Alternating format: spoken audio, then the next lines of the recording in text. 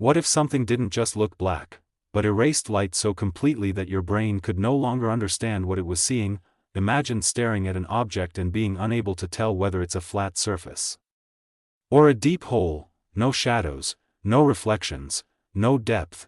Now imagine that this object is not a cosmic anomaly millions of light years away, but something created by human hands, because the darkest object ever discovered didn't come from space, it came from a laboratory. And by the end of this story, you'll understand why this darkness didn't limit human knowledge, it expanded it. Light is how we experience reality.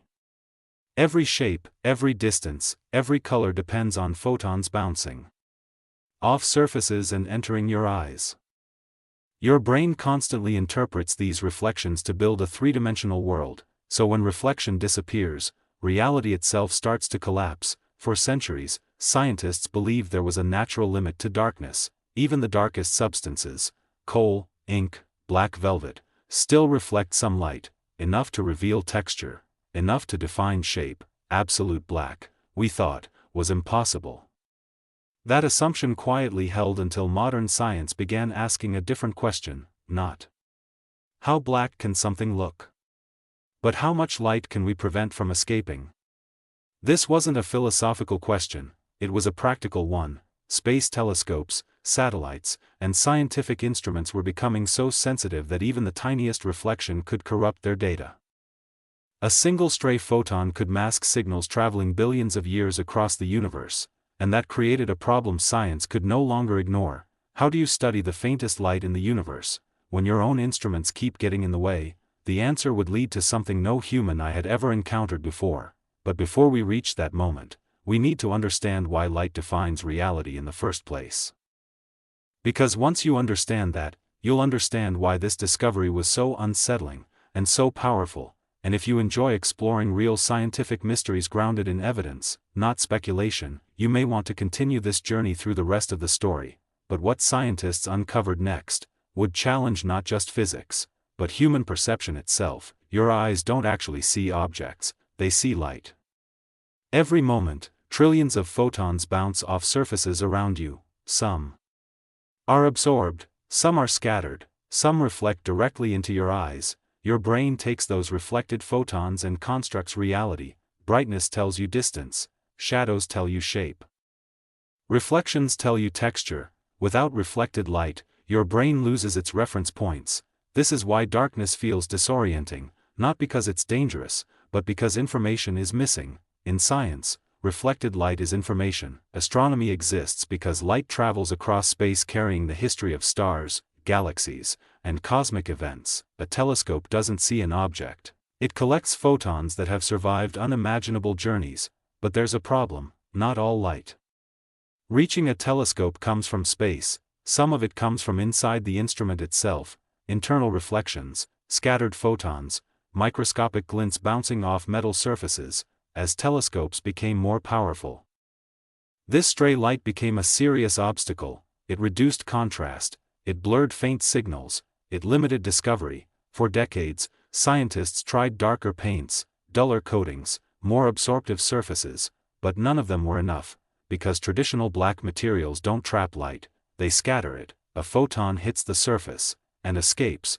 To solve the problem, scientists had to stop thinking like painters and start thinking like engineers of light. They didn't need something that looked black, they needed something that behaved black at a fundamental level. Something that light could enter, and never find its way back out. What they discovered next would redefine darkness, and once it existed, there was no going back.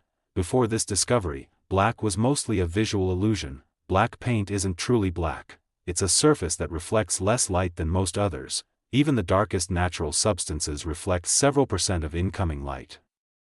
That small reflection is enough for your brain to reconstruct shape and depth. This is why you can still see folds in black fabric, why charcoal still has texture, why shadows still exist. Darkness had a ceiling, but that ceiling wasn't set by physics, it was set by structure. Traditional materials have relatively smooth surfaces at microscopic scales. When light hits them, it reflects outward. To trap light, scientists needed a surface where photons could enter and get lost. That idea seemed almost theoretical, until nanotechnology made it practical. At extremely small scales, matter behaves differently. Surface geometry becomes more important than color. This realization led researchers toward a remarkable structure, one measured not in millimeters, but in billionths of a meter: carbon nanotubes, tiny cylinders of carbon atoms. Arranged in precise lattices, stronger than steel, lighter than aluminum, and optically extraordinary. When grown vertically in dense arrays, these nanotubes form something like a microscopic forest. And that forest does something extraordinary to light, but the implications weren't fully understood, until someone decided to test it. What happened next changed everything scientists thought they knew about darkness. When light enters a forest of carbon nanotubes, it doesn't hit a flat surface, it enters a maze. Photons bounce between the nanotubes, scattering internally rather than escaping outward. With every bounce, energy is absorbed. The deeper the photon travels, the less likely it is to ever escape. Eventually, almost all of it is absorbed as heat. This wasn't reflection, this was absorption on an unprecedented scale. When researchers measured the result, the numbers were astonishing: over 99.96% of visible light absorbed. That level of darkness had never been recorded before. Objects coated in this material appeared unreal, edges vanished, contours collapsed, three-dimensional shapes looked flat. The human brain simply didn't know how to process what it was seeing. This wasn't just the darkest material ever measured, it was a new optical phenomenon. They called it vantablack, and its existence immediately changed scientific instrumentation forever.